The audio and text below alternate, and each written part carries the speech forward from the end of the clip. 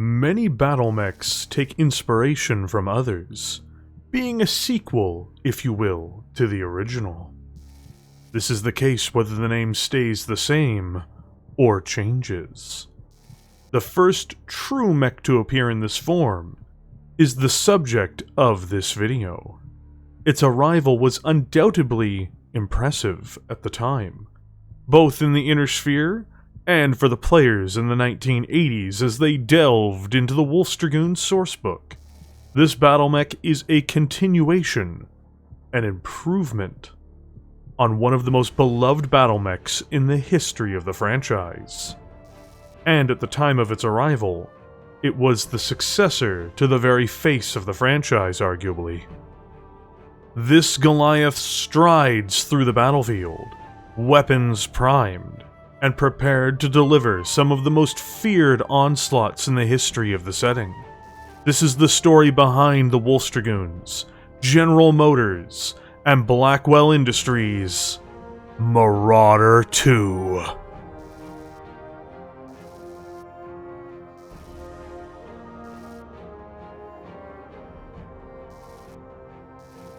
An assault mech weighing in at 100 tons, the Marauder II was a true terror of the battlefield upon its introduction, and is one of the most modified, variant-rich battlemechs in the history of the setting. Not only is it typically an impressive monster on the field, but it also has a particularly unique origin in the setting as well. It is bound to the most famous mercenary unit in the history of the setting, rather than a specific state, or the Star League. And that unit is the Dragoons.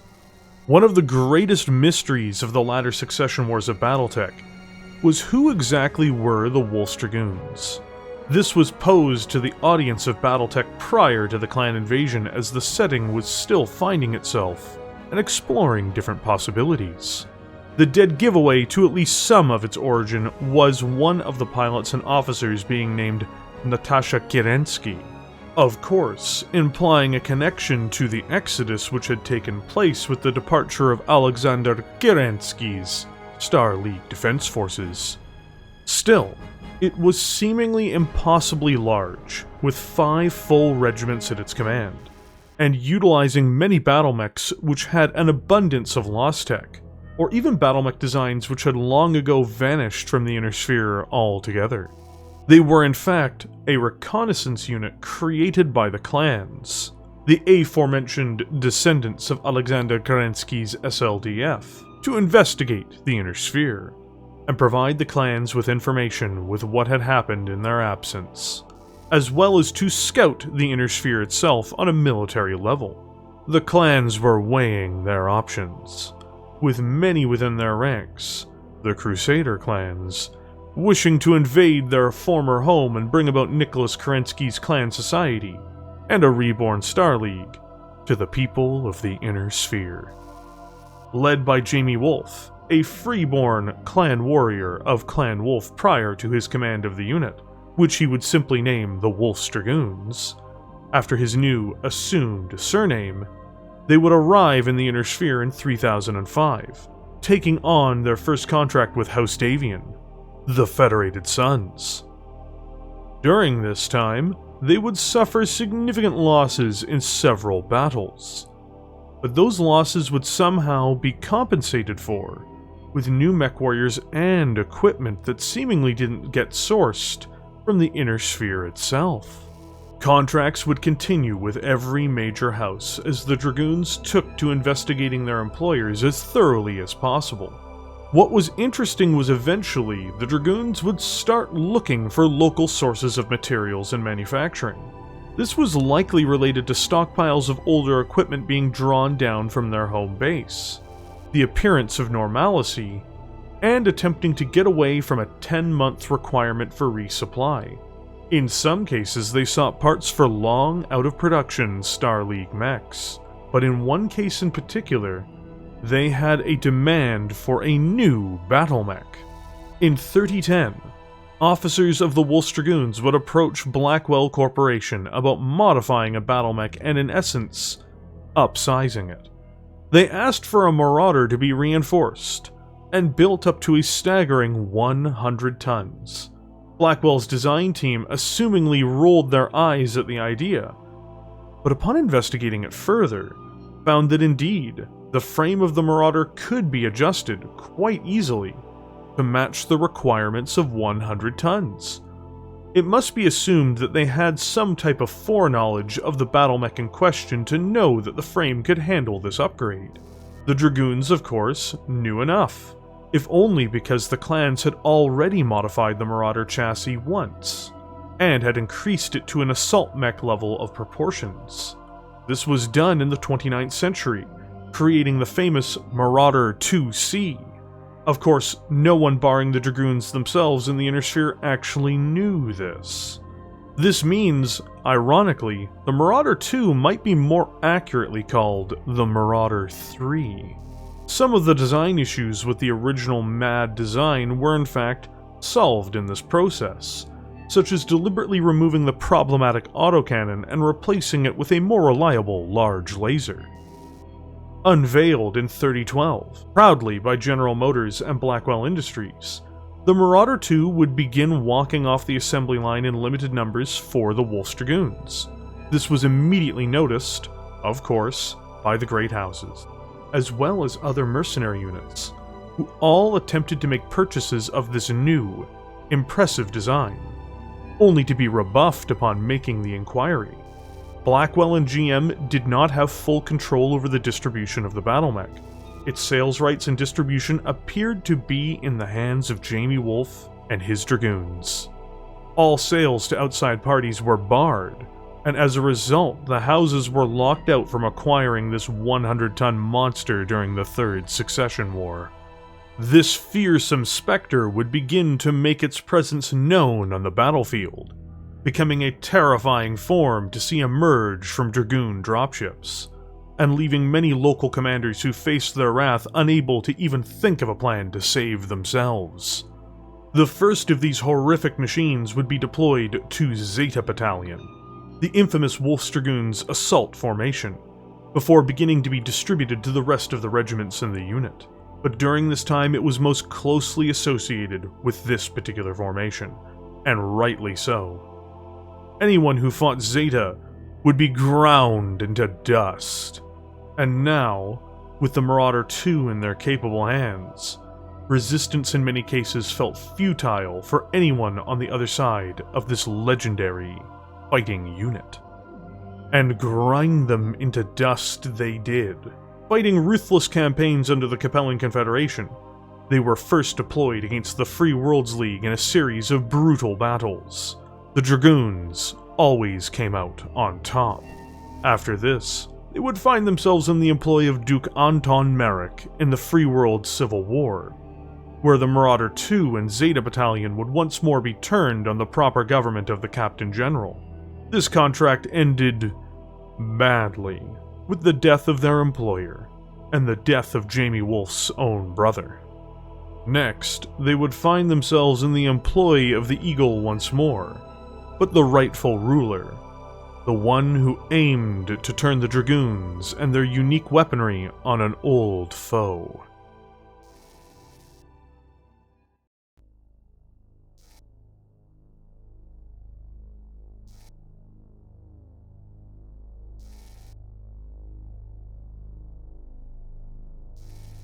One of the most notable battles of the Marauder II, the Wolf's Dragoons and Zeta Battalion waged on the behalf of their third contract in the Inner Sphere with House Marik, is what is called the 13th Battle of Hesperus, which took place in 3019. The goal set forth by their employer, the Free Worlds League, was to embark on a heavy raid of the facilities on this planet. Inevitably, this in essence meant to pillage the very heart of House Steiner's industries, to cripple them and finally place the League, their economic and industrial competitor, ahead of them. The road to Hesperus was marked with several small-scale probing attacks in Steiner space, before the hammer blow would land.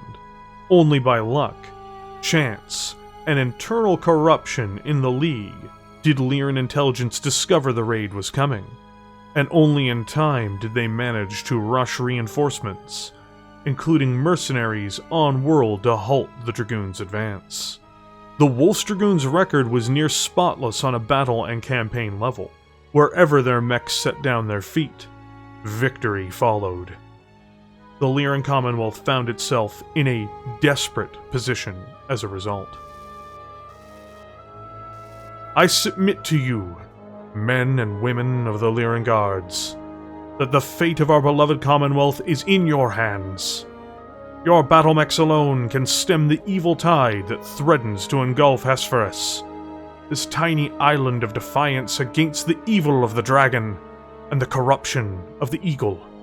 With courage, with sacrifice, with blood and iron, we will throw back these mercenaries, these wolves nursed on the blood of innocents, these sellswords whose hands are stained with the uncleaned gold of the Marik usurpers. Fight, Mechwarriors of the Lyran Guards, and know your cause is just. Lieutenant Colonel Orphelius Thomas, Commander of the 24th Lyran Guards. Set against the Dragoons were the LCAF's initial garrison, the elite 6th and 15th Lyran Guards.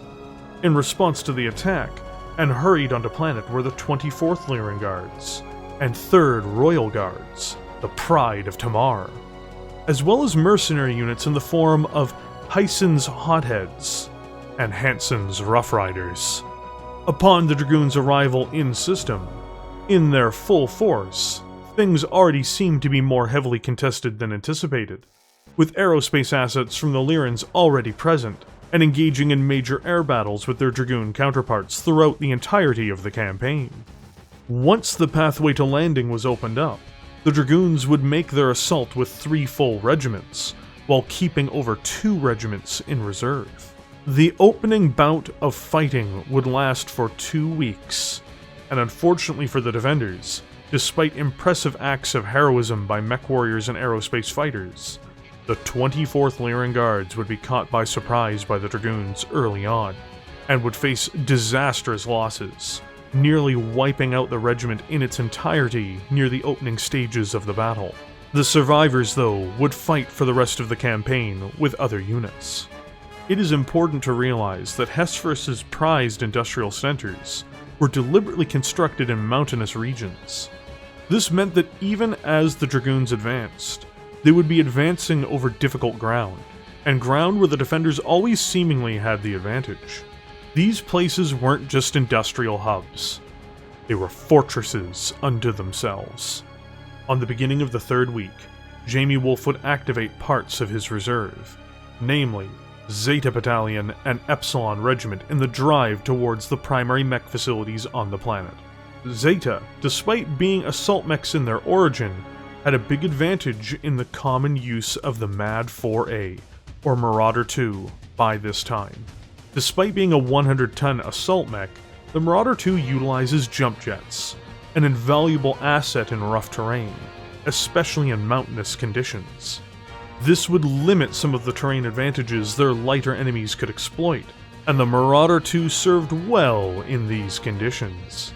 To be clear though, not every mech in the battalion was a unique jumping giant, and the fight was a grind.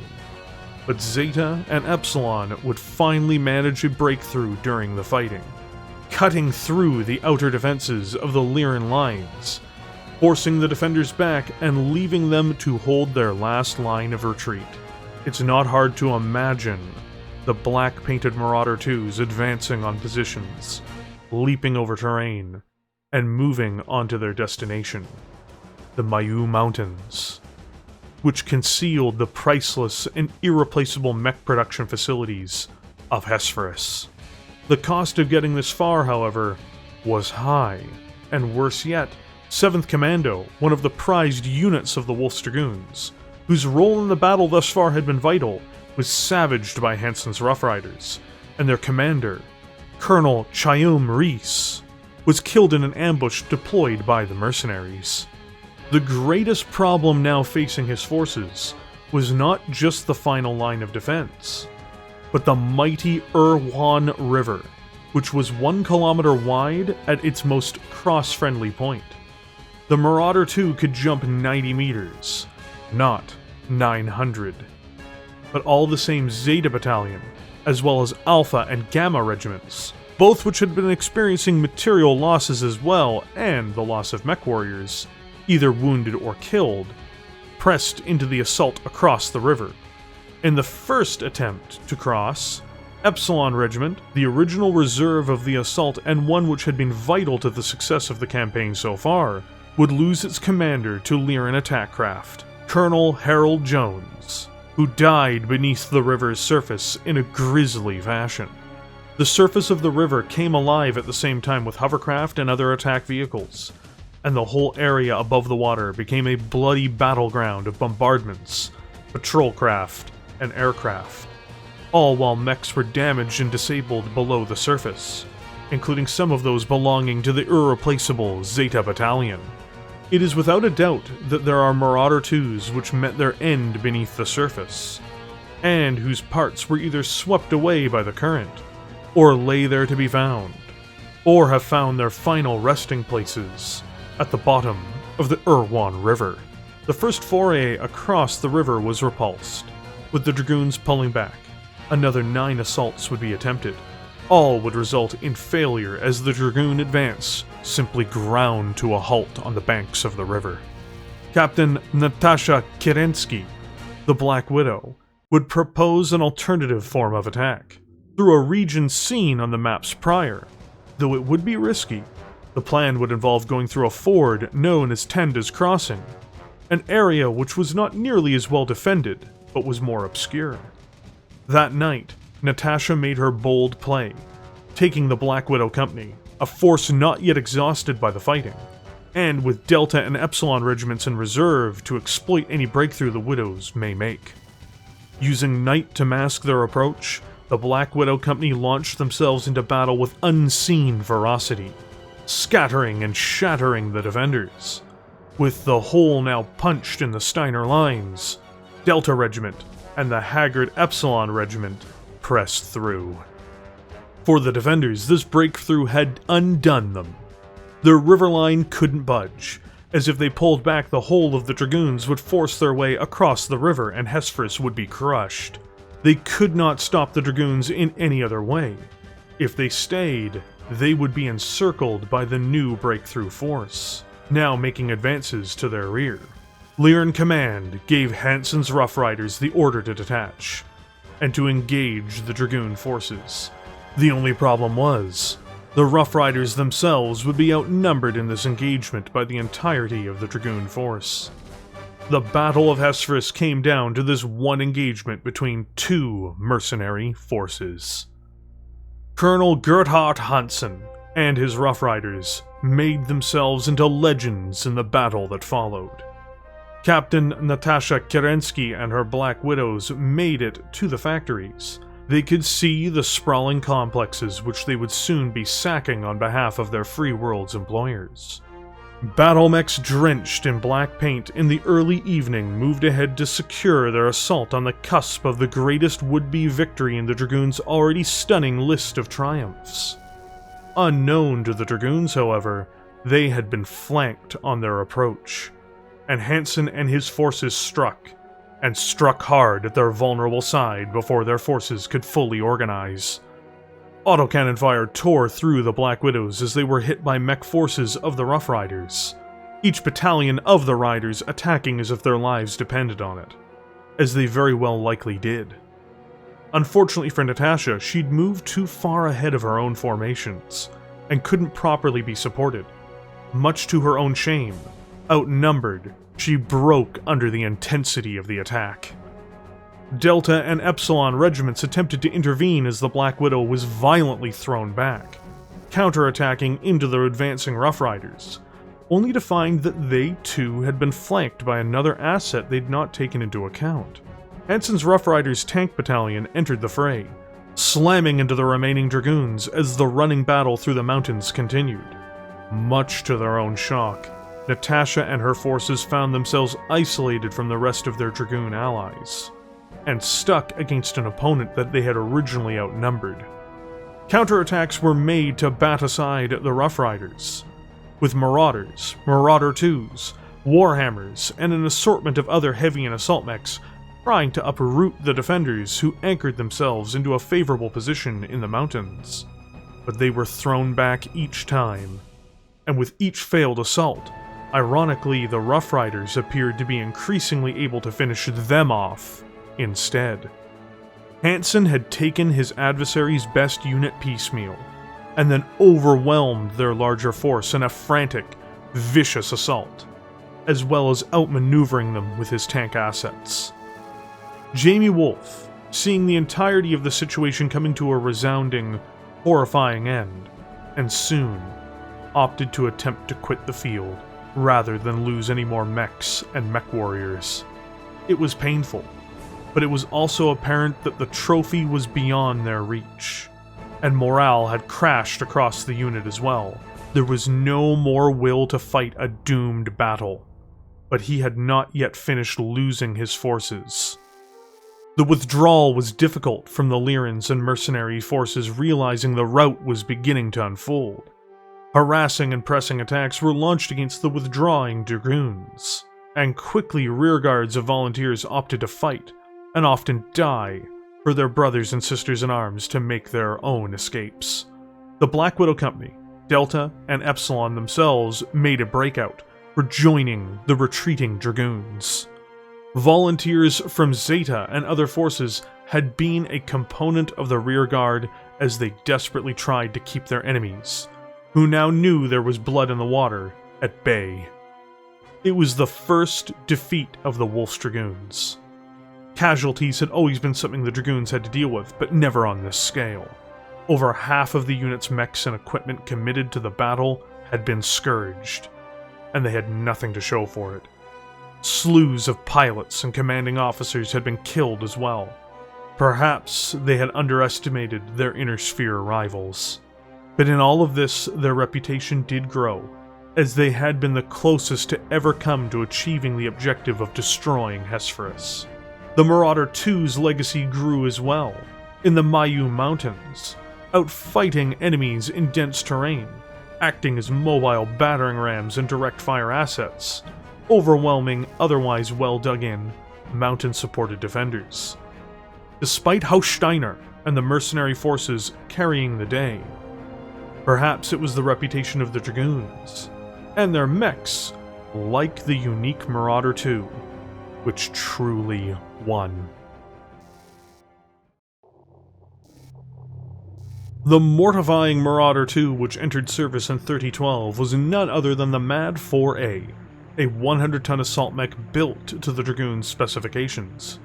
They'd wanted jump jets, more defense, and more reliability for the Marauder, and achieved all of these things in the design.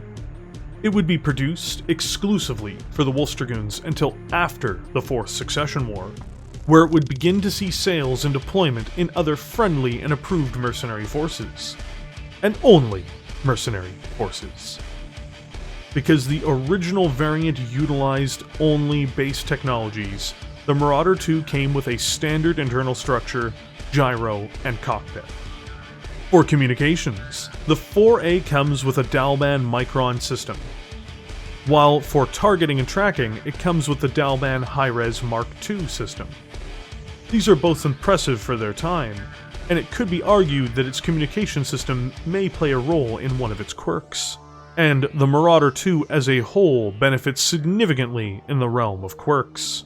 First, it has the Command Battlemech quirk, making it an excellent seat for a unit leader, and using the advanced rules, this can help its team receive bonuses to their initiative rolls.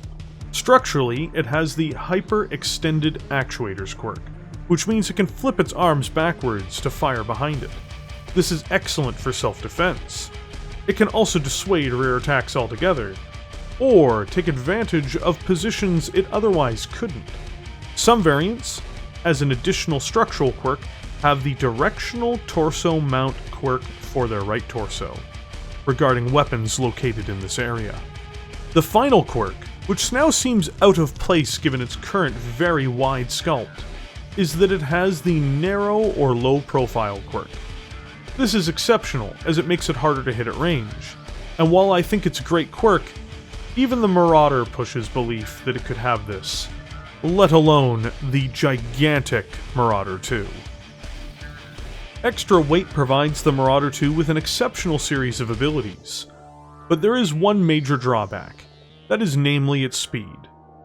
Powered by the same VLAR 300 standard fusion engine which powers the original Marauder, it simply goes slower than its 75-ton ancestor.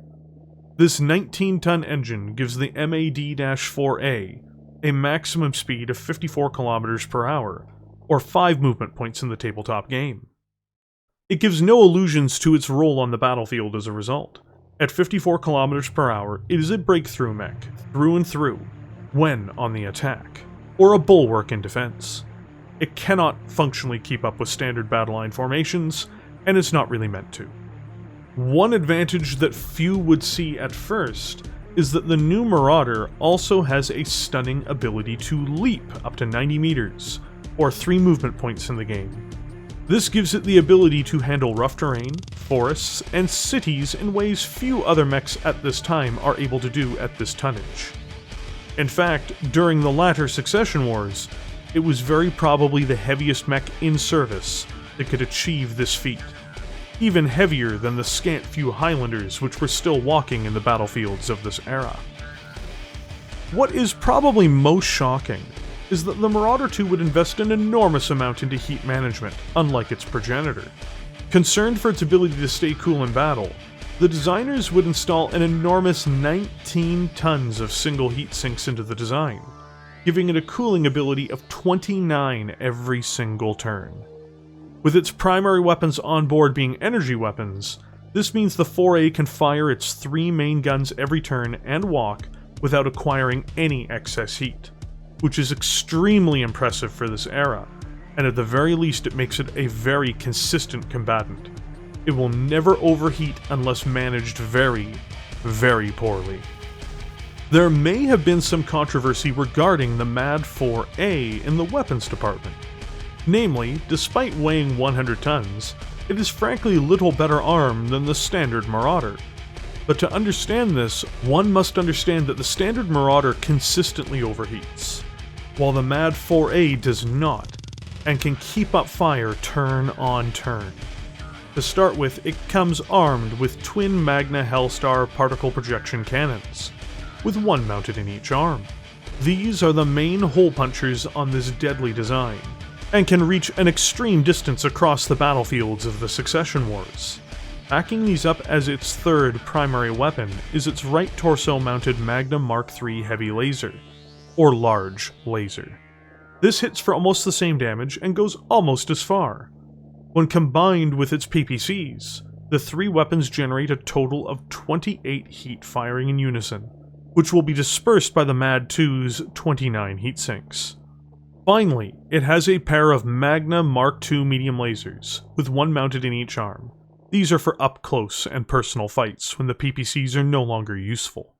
This does mean it can be vulnerable should its arms be removed from the body, but it is impervious to ammunition explosions, as it has discarded the original's autocannon. These lasers are backups. Overall, the Marauder II in its base form is somewhat undergunned, but as stated prior, it's consistent.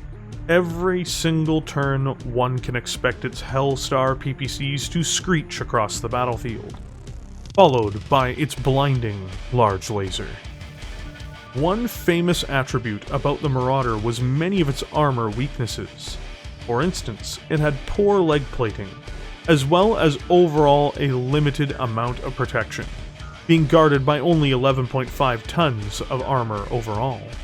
While this isn't bad, it did mean that the 3R could be weathered down quite easily.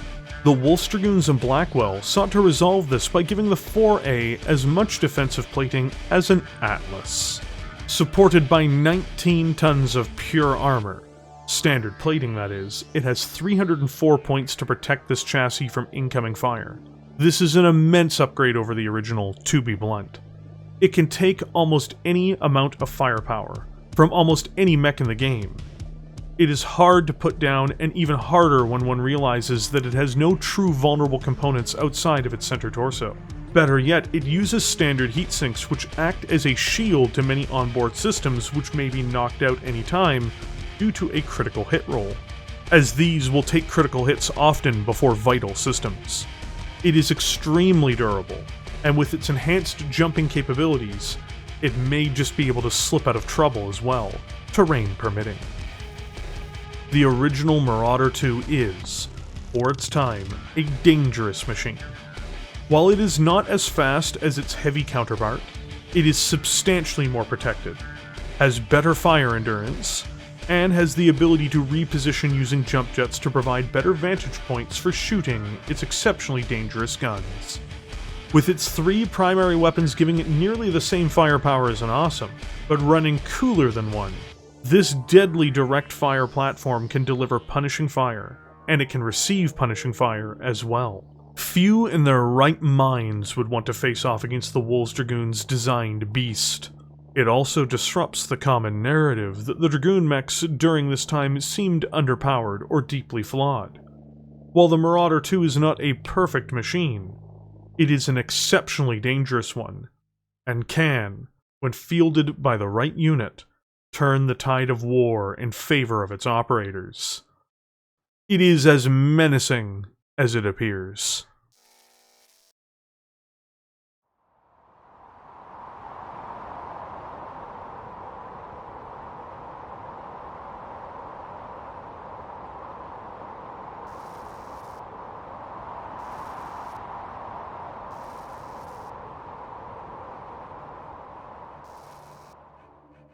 The tale of the Marauder II and its masters would not end with the defeat at Hesperus.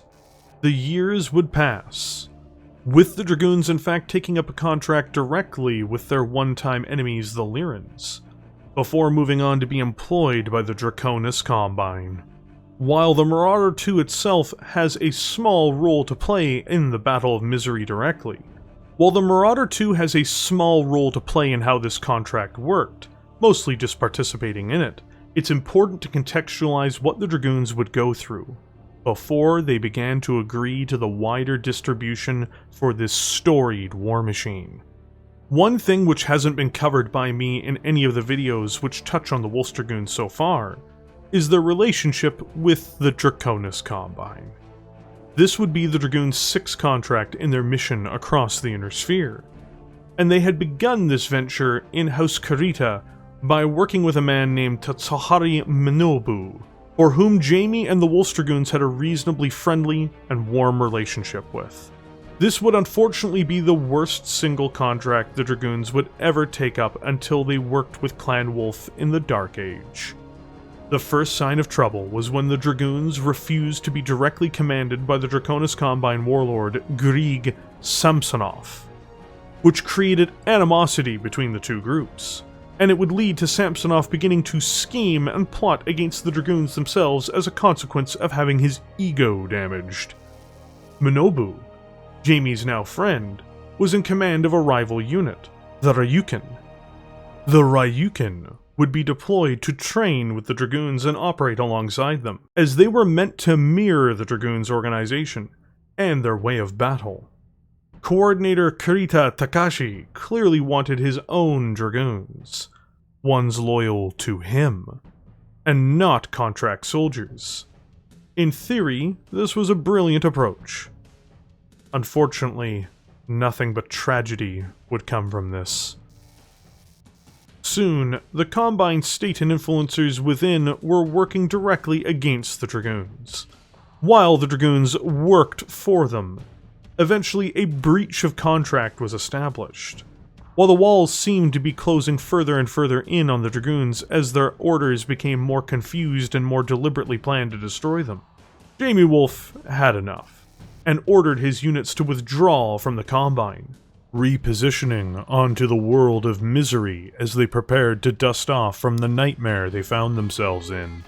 The Combine, though, was not done with their now former employees, and would send the Ryukin to destroy those who were modeled after them and had trained with them during the duration of the Dragoons' contract, as well as who they'd fought beside in several engagements.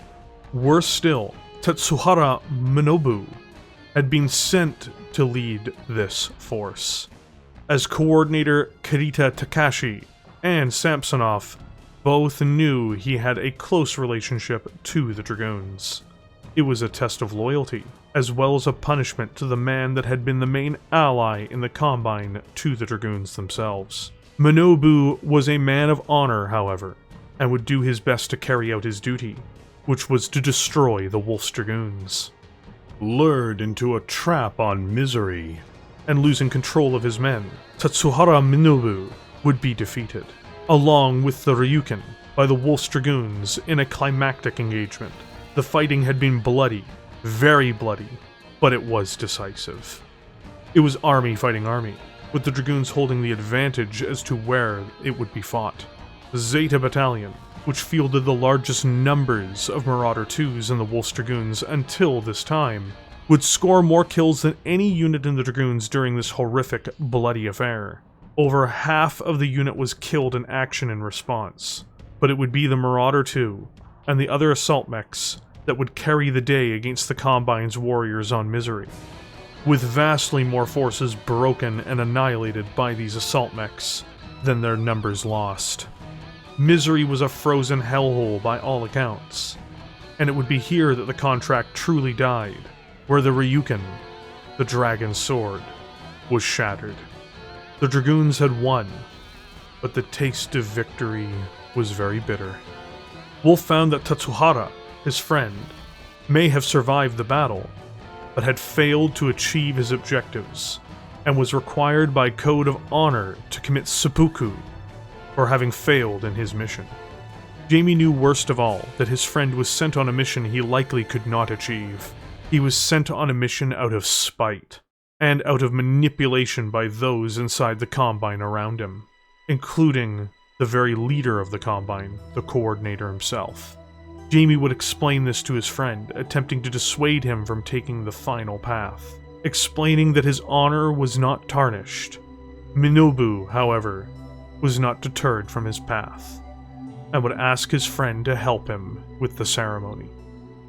Jaime Wolf would agree, and would kill his friend at its conclusion. After this took place, Jaime Wolf and the Wolf's Dragoons swore vengeance on the Combine, a vengeance they would see fulfilled in the Fourth Succession War.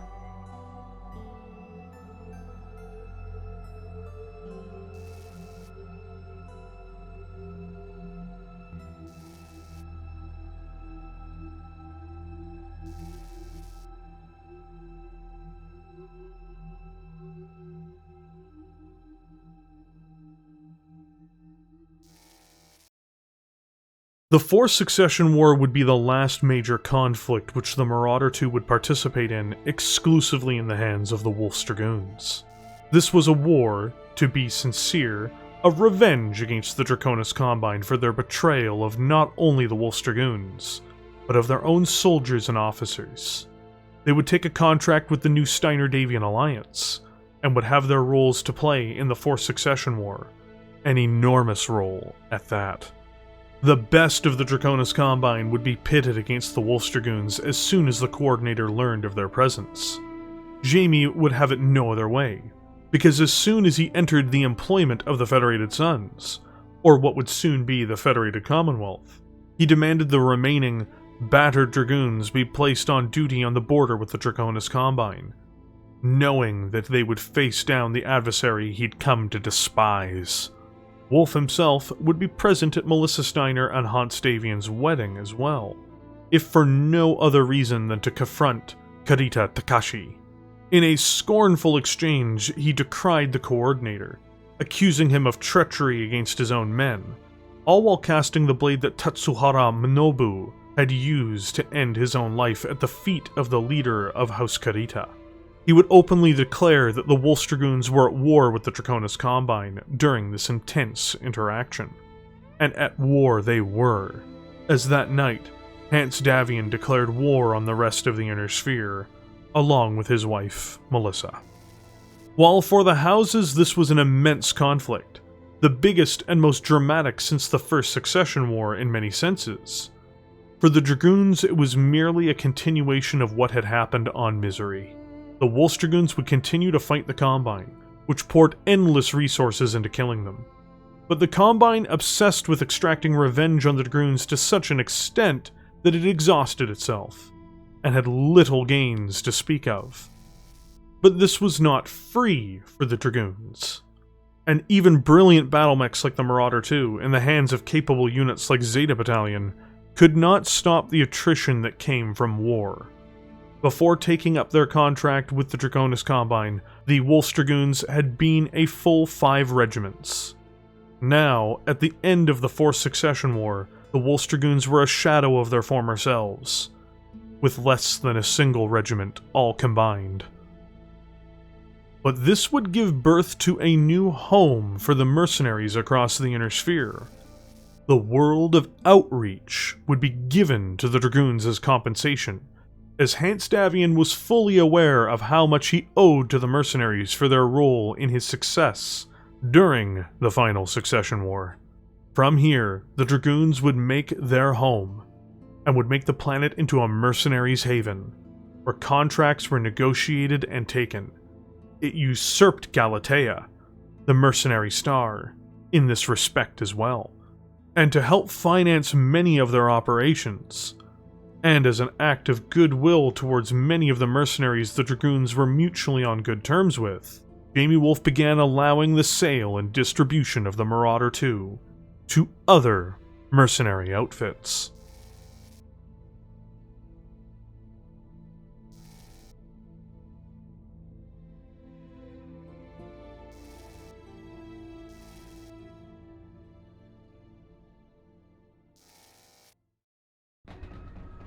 The first major wave of distribution of the Marauder II beyond the Wolf's Dragoons would begin in 3030, almost immediately after the Fourth Succession War.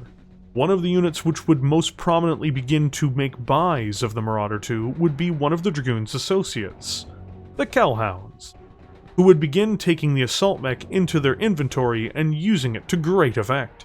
Other mercenary units would follow, including the ever-famous Miller's Marauders, who Jaime Wolf assured would get their fair share of the mech runs of this famous design. Miller's Marauders was famous, even renowned, for only deploying Marauders across their unit. This meant that not only were they fielding Marauders now, but also Marauder IIs, which only further enriched their reputation, and the shroud of dread around facing them. Though a poor showing in the War of 3039 could not be prevented from the unit, even with Marauder IIs in their hands. By the time of the clan invasion, what would then become Barber's Marauders had a full regiment of these machines to employ against the clans.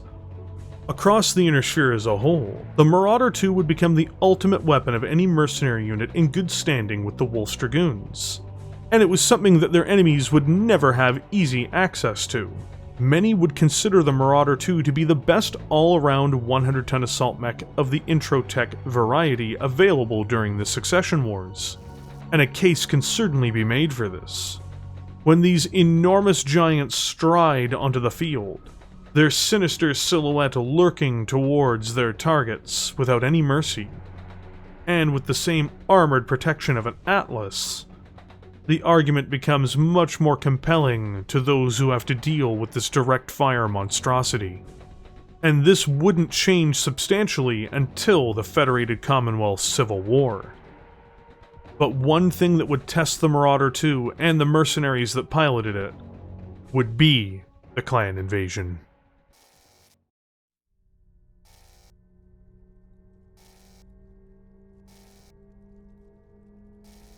In 3049, the clans, the organization which the Wolf's Dragoons had been the forerunners and intelligence officers for, would embark on their invasion of the Inner Sphere. 4 nations would be the immediate victims of this onslaught of technologically advanced, genetically engineered warriors. The periphery state known as the Oberon Confederation, the Free Rosselhague Republic, the Draconis Combine, and the Lyran half of the Federated Commonwealth. At the forefront of the forces fighting against the clans, prior to the arrival of regular house forces to many of these battlefields, were mercenaries. One thing which goes unspoken by many, and even in my videos, is the value mercenaries have provided across time in the Inner Sphere. From the Star League era through to the Succession Wars and well beyond, mercenaries have always played a major role in the outcomes of wars and conflicts in the Inner Sphere. And during the clan invasion, this was no different. In fact, during the clan invasion, a serious number of major units were listed as destroyed during the conflict, and quite a sizable number of these were mercenaries. The Glory Warriors were among the first destroyed of any serious note, but others followed. The Outlaws were utterly shattered and destroyed by the oncoming clan invasion, fighting alongside the doomed Free Rosselhague Republic. One of the oldest mercenary units in the Inner Sphere, the Gravewalkers, were thought annihilated, as their 2 regiments in essence were extinguished. Only an understrength battalion survived their interaction with Clan Jade Falcon. Inevitably, this storied, ancient unit would never fully recover from the war, and ended up being absorbed into the Hounds mercenary unit within 30 years of the conflict. Skinner's Scimitars almost managed to hold out against a clan assault, but were inevitably defeated and destroyed on the world of Alehi. Perhaps the saddest of all were the 12th Star Guard, a mercenary unit with a history dating back as long as the Eridani Light Horse. 4 regiments strong, it was one of the mightiest non-state forces in the history of the Inner Sphere. It would be destroyed in the invasion, defending against 2 clans across a multitude of fronts, before meeting its end at the claws of Clan Jade Falcon. These forces fought just as hard as any regular house unit, and were the first to the front. They were paid to fight, and they traded their lives to protect the people of the Inner Sphere. And they honorably did so to the last bullet, and often the last man. And in their ranks, assault mechs such as the Marauder II would be found, and only there in this conflict. And the Marauder II would make its presence more than known once the most famous mercenary unit of all, the Dragoons, entered the fray. On the side of the Inner Sphere. At a conference held on Outreach in 3051, Jaime Wolf would reveal all to the House Lords. The origins of the Dragoons, who the clans were, what they wanted, everything. The decision was made to fight for their new home, and fight they would. At the side of their most hated enemy, the Draconis Combine, the Dragoons would arrive on Luthien to fight against their former brethren. They were joined by the Hounds as well. An uneasy footing was found between the mercenaries and their allies on the homeworld of the Combine, but inevitably, battle would form a bond between the units as they met Clan Smoke Jaguar and Novacat in the field in the most consequential, catastrophic, and deadly battle of the war, barring Tukiad. The Marauder II had come in multiple forms in the invasion up until this point.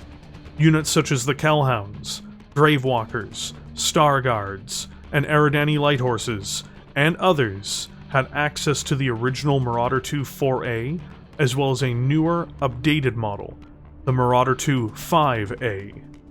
These were dangerous battlemechs in their own respects, but paled in comparison to their clan counterparts with their advanced technologies.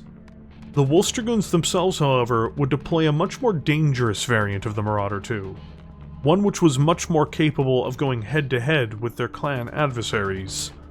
The Dragoons knew them all too well, and built the MAD-5B and MAD-5C to combat them, deploying these exclusively to their own ranks, and would use them to viciously battle Clan Smoke Jaguar and Novacat in the engagements they participated in.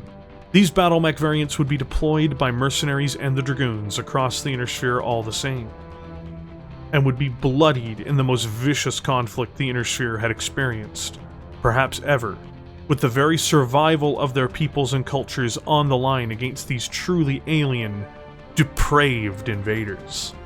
While many Marauder IIs would be overwhelmed by their clan or adversaries, and many mercenaries would fall in service to their contracts, and to the people of the Inner Sphere, inevitably it would be the Marauder II, and the defenders of the Inner Sphere, who would carry the day, and win the war for their survival against the clans, even if it was at a terrible price, and at the horrible cost of the clans themselves becoming entrenched in the Inner Sphere.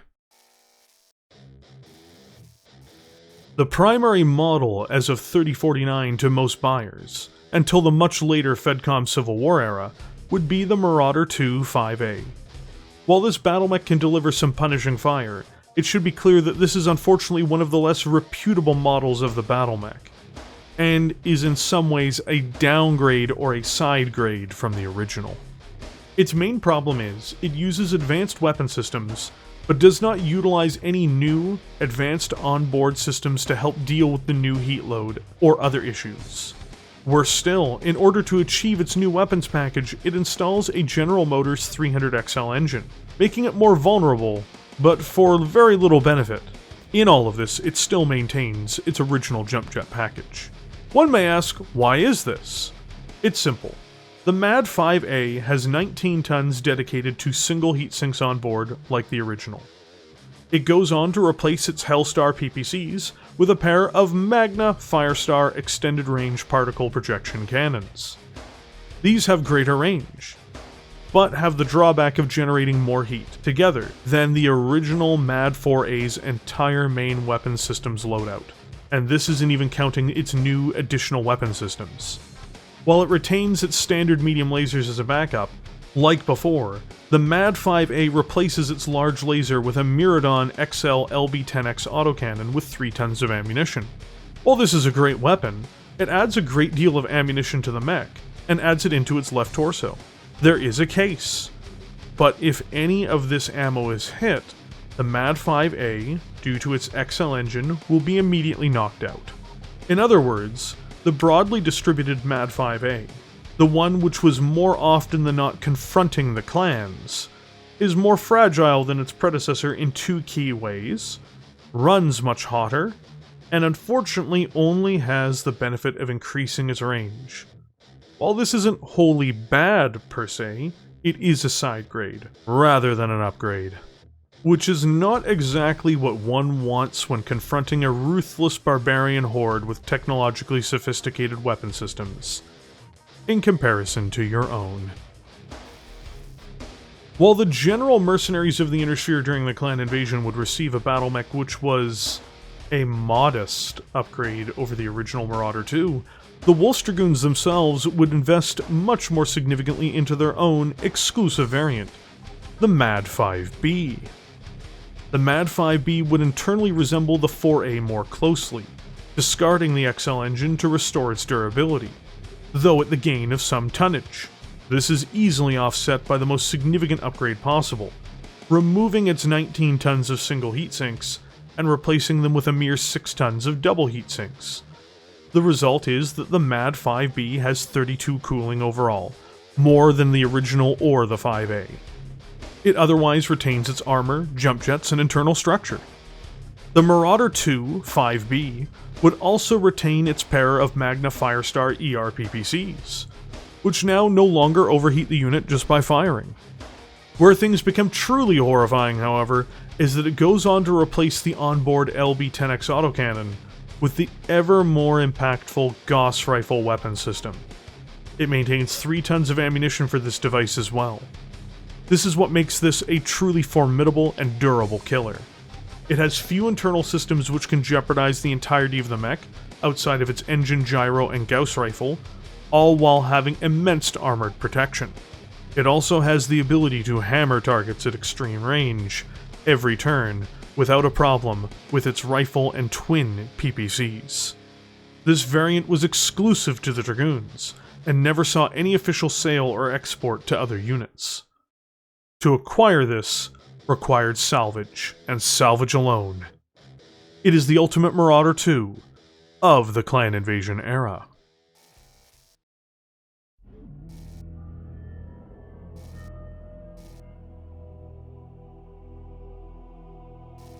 The clan invasion ended with the destruction of Clan Smoke Jaguar, but this was by no means the beginning of a new, peaceful era. Mercenaries would find contracts, even those who had survived the harrowing of the invasion. There were many places to go. Entering service to a house to raid clan-occupied territories was one very risky, but lucrative job for many mercenaries, and some would be destroyed doing it. including Barber's Marauders, unfortunately. But there would be other more substantive work very soon.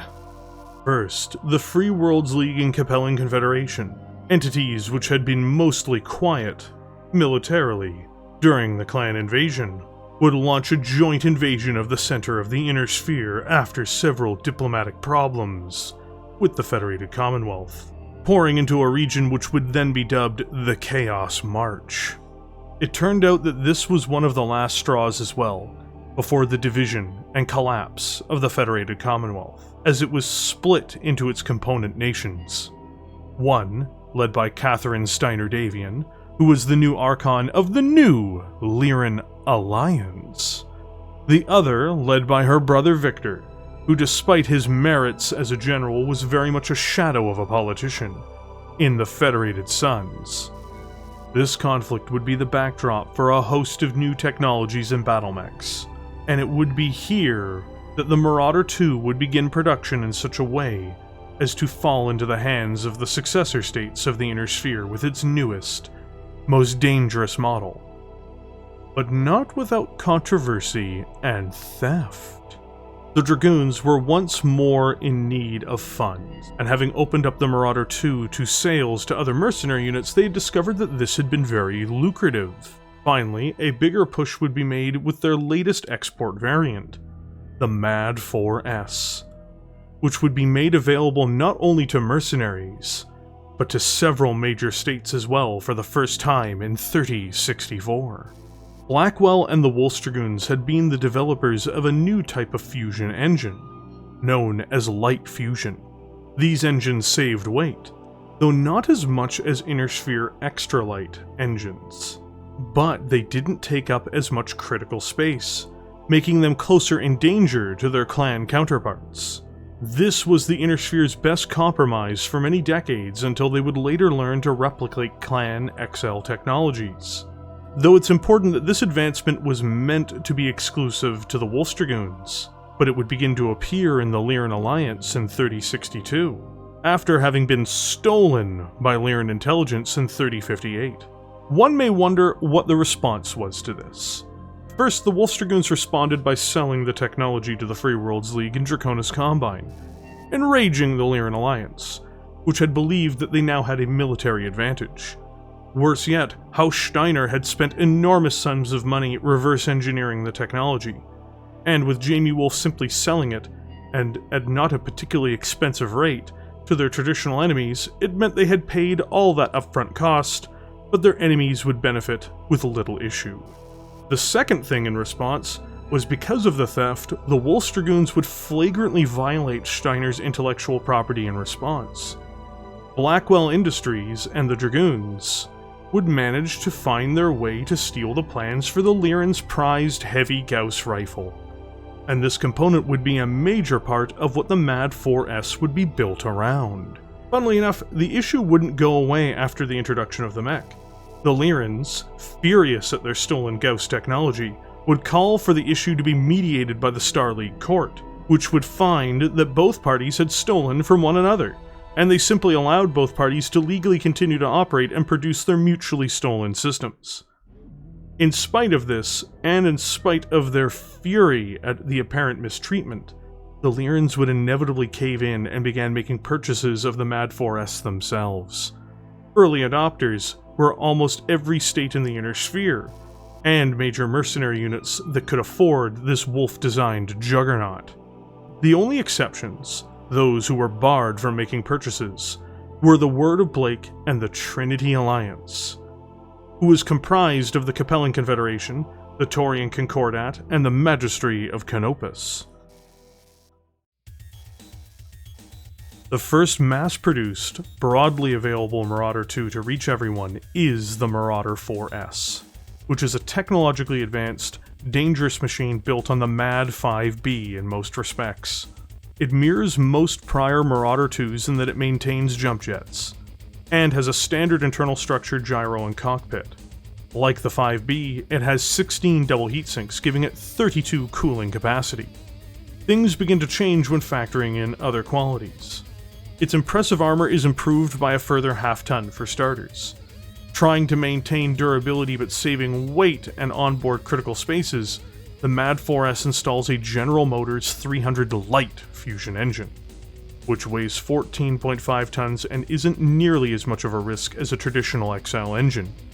Its overall weapons package is very familiar.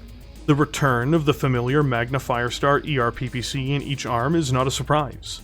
Its medium lasers, however, are upgraded to a pair of diverse optics extended-ranged medium lasers, to give it greater range finding for these weapons, though at the expense of running hot.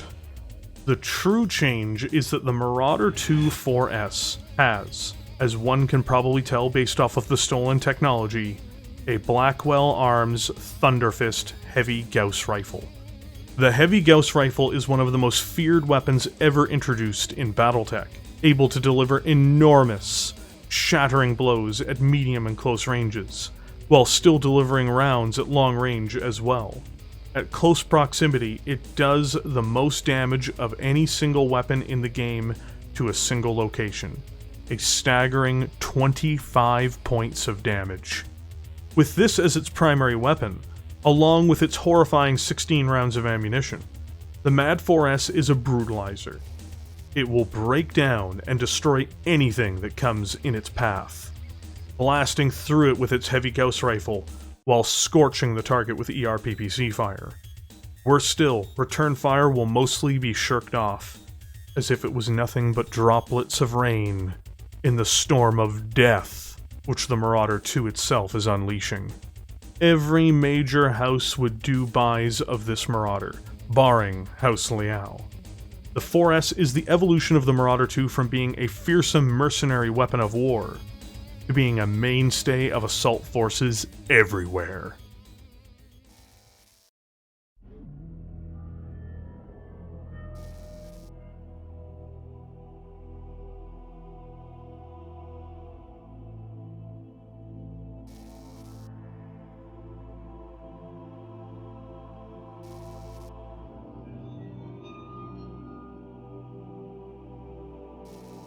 Outreach had become the greatest mercenary hub in the Inner Sphere, all thanks to the influence of the Wolf's Dragoons.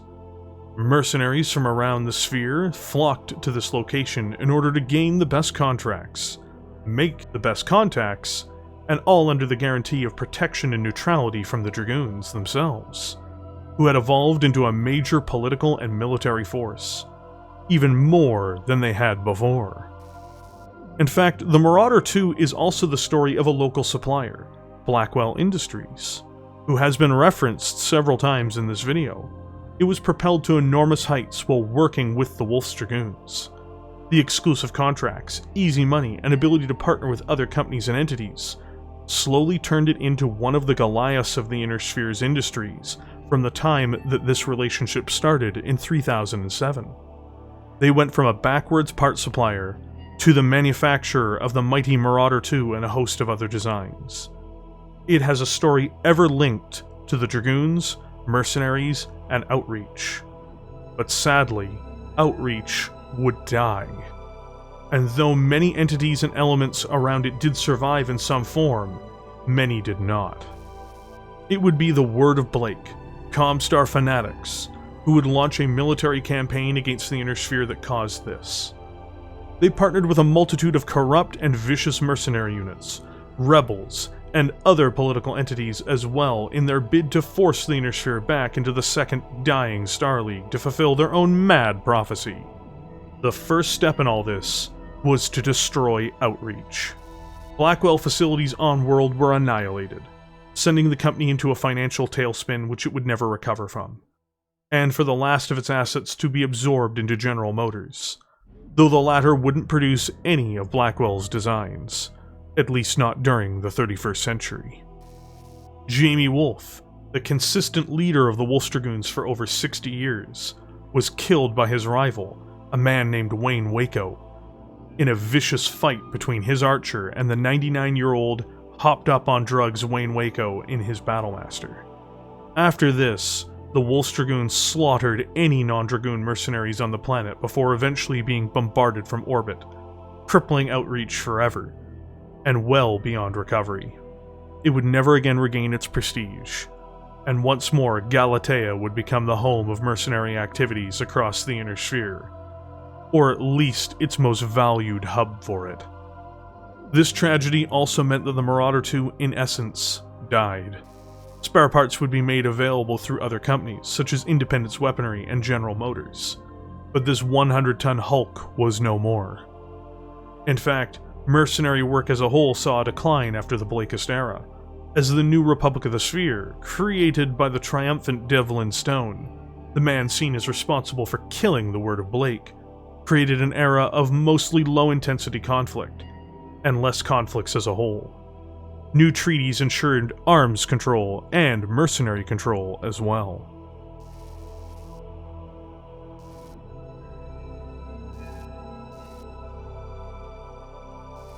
The Republic of the Sphere would begin to spiral into chaos after the event known as Grey Monday, the end of the HPG network, and would immediately have problems with populations, many of which had been relocated or repressed by the Republic in severe ways, and these people began turning on them as they saw them as their illegitimate masters.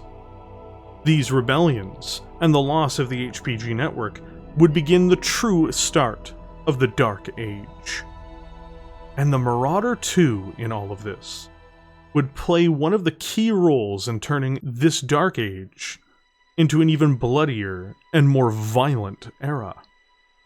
While the Republic suffered internal strife, rebellion, and growing conflicts on its borders, a proper arms race still hadn't materialized despite this. The Knights of the Inner Sphere and their associated units were trying to hold back the tide within the confines of many treaties. It would be the Marauder II that would change this. Irian is one of the most important industrial worlds in the Inner Sphere. During the Blakist era, the Free Worlds League had shattered, which Irian and surrounding worlds had been members of.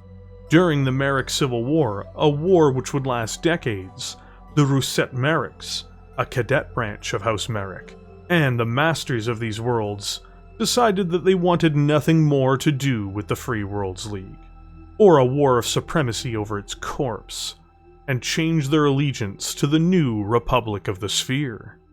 This section of Republic space, though it did see some turmoil, did not join in uprisings as with other regions.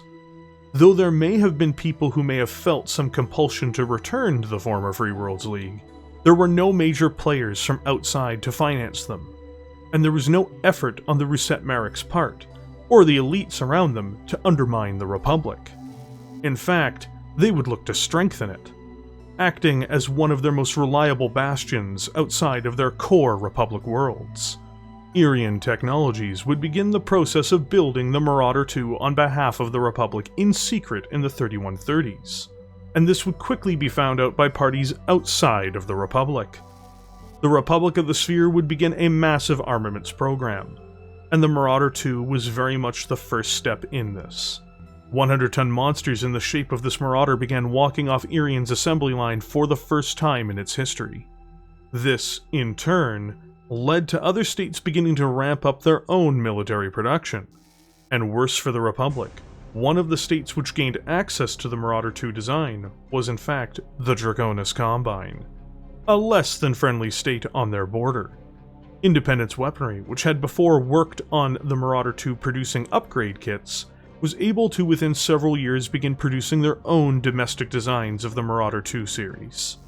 A more friendly state, but an adversary of the Combine, the Federated Sons, would begin producing their own model as well, to reinforce the armed forces of the Federated Sun as the Inner Sphere's industries began to come alive once more, and likely as a response to the Combine at the very least.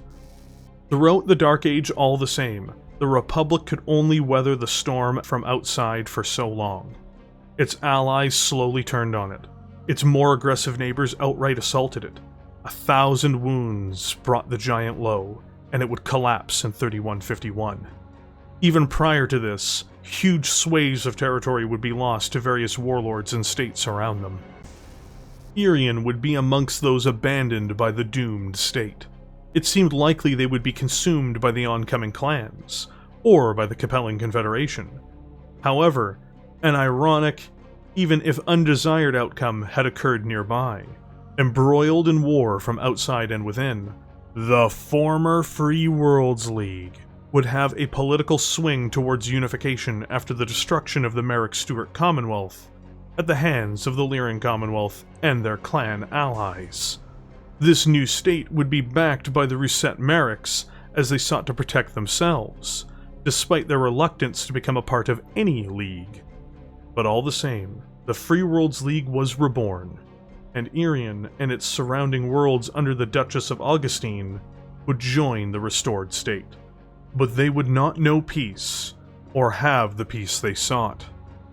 Because the Republic, even at its core, died. Terra would be conquered by the clans, and the Republic of the Sphere was no more. Now the Free Worlds League is embroiled in a fight with these very conquerors, and Irian produces war machines, including the mighty Marauder II, to storm their enemies and restore peace to their region, liberating the people of the Marik Stewart Commonwealth, and perhaps saving the Inner Sphere from clan tyranny.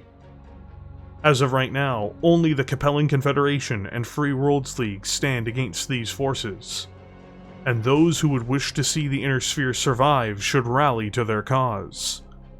Because the age of the Ilkhan is upon us. There are a multitude of Marauder IIs constructed on Irian, each one shifting and changing certain elements of the design. Despite most of these starting in the hands of the Republic of the Sphere, they have found their way through sale, intercepted shipments, and a host of other means into the wider Inner Sphere and mercenary forces. Some Marauder II 6 Series mechs even predate modern construction of the most recent variants, having been modified during the Blakist era prior to the destruction of Outreach and Blackwell Industries. The most recent models constructed from this lineup are the MAD-6A and MAD-6C. It is likely that Irian also produces the MAD-6S still, as well as at least parts for the MAD-6M. These range wildly in their configurations, from their engines to their weapon payloads.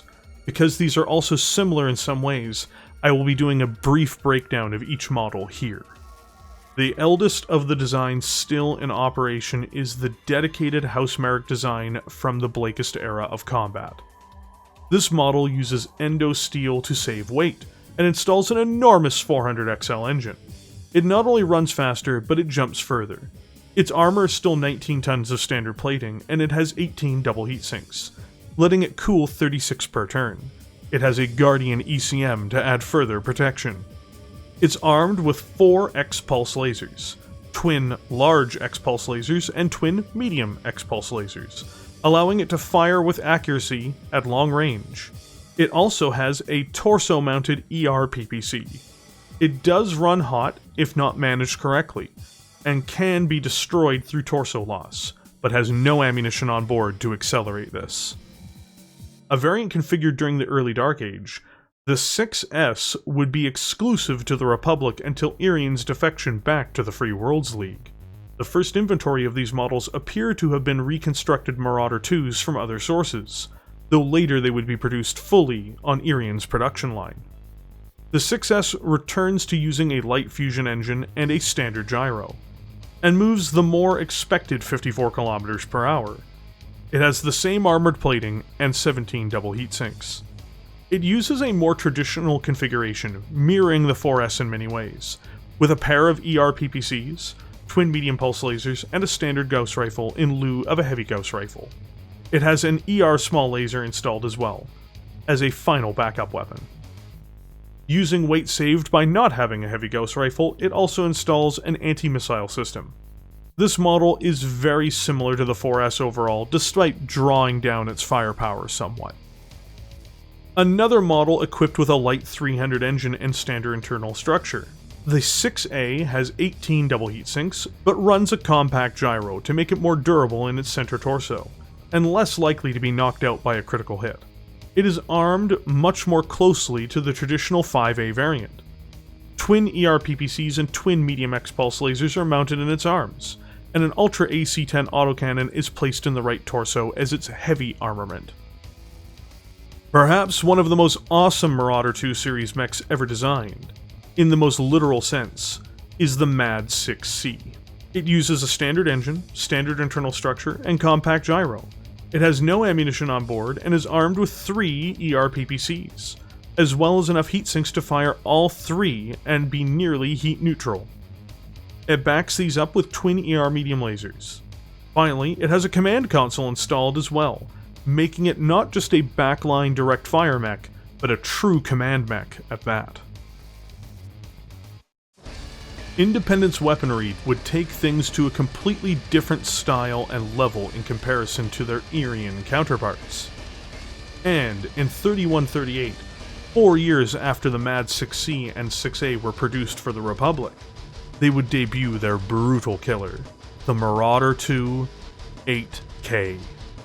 It runs a standard internal structure and standard gyro. To save weight, a 300 XL engine is installed as well.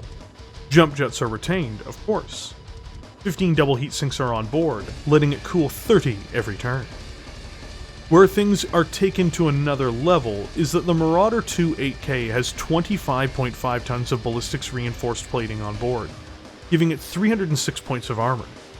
This means it takes half damage from missiles, autocannons, and Gauss rifles, which is shocking for many of these are popular armaments. On top of this, its weapons loadout is changed to a consistent, long-range damage platform. It utilizes twin Lord's Light standard PPCs, as well as twin Lord's Light 4 light PPCs. These weapons can fire together and the MAD-8K will remain heat neutral doing so.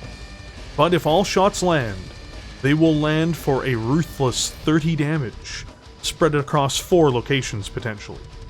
More horrifying, it has a Gauss rifle with 2 tons of ammunition backing these up, which only makes the 8K overheat by 1 point if it's fired in concert with these other systems, pushing up its damage output to a potentially shocking 45.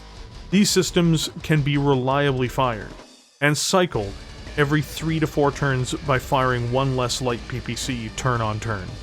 And despite its Gauss rifle being a vulnerability that may knock out its XL engine, it has a Case 2 to mitigate this, making it a possibility to prevent the mech from having a catastrophic explosion that will knock out the mech through torso loss. The Draconis Combine's answer to the Republic's Marauder II most definitely did open up an arms race indeed.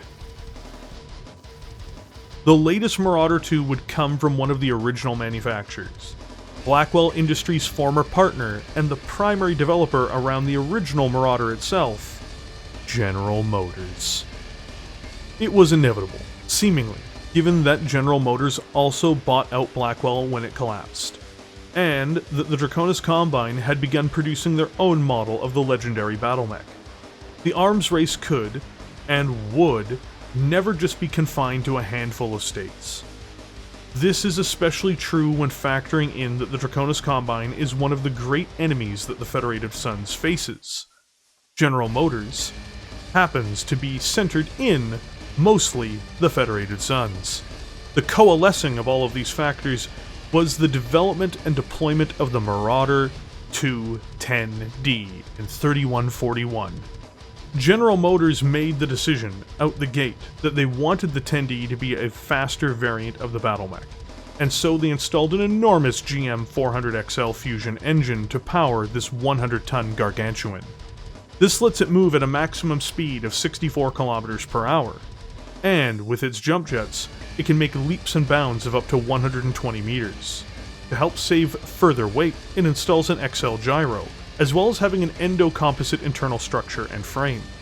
It retains its original 19 tons of standard plating as well, making it hard to remove from the battlefield, even in the new era.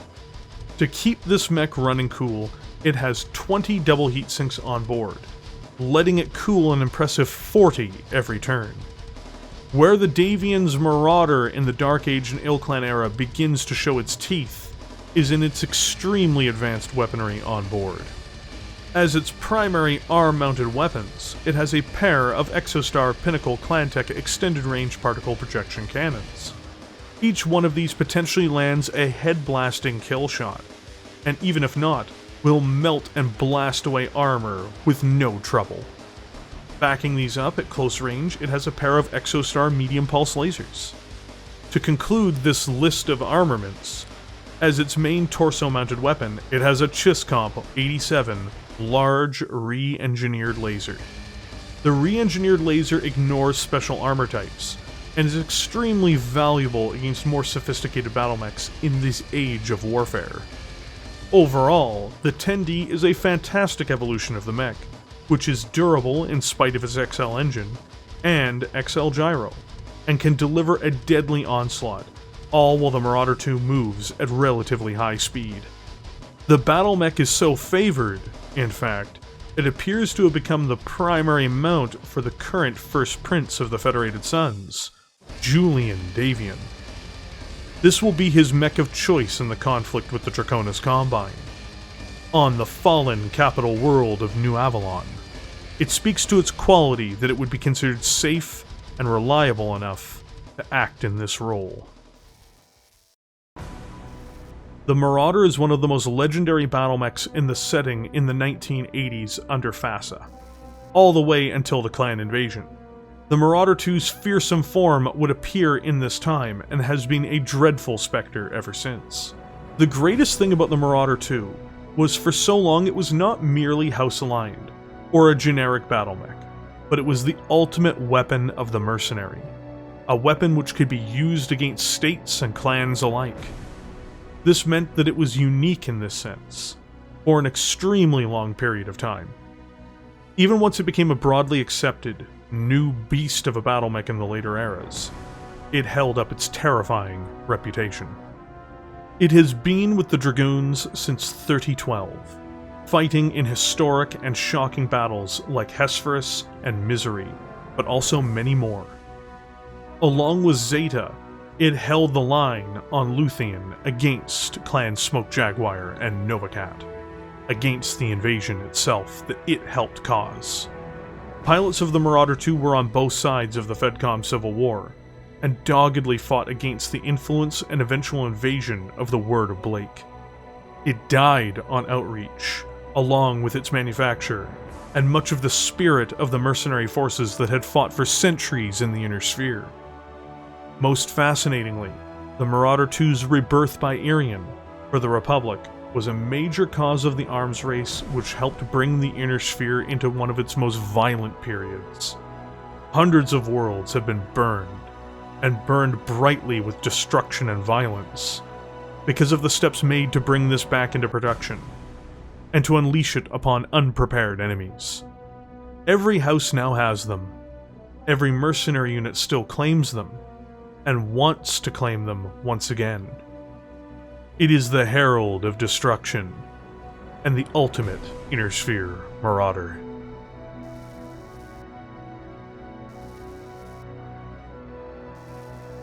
Good work! And kid, don't think of them as people you killed. Just think of them as a line on your resume.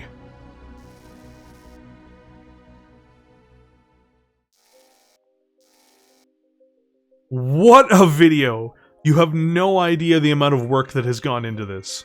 I poured through the Wolf's Dragoon sourcebook and some old references from various rulebooks to scratch together the Hesperus portion. I thought it ended up being a bit long, but it was really too good to not include in the video.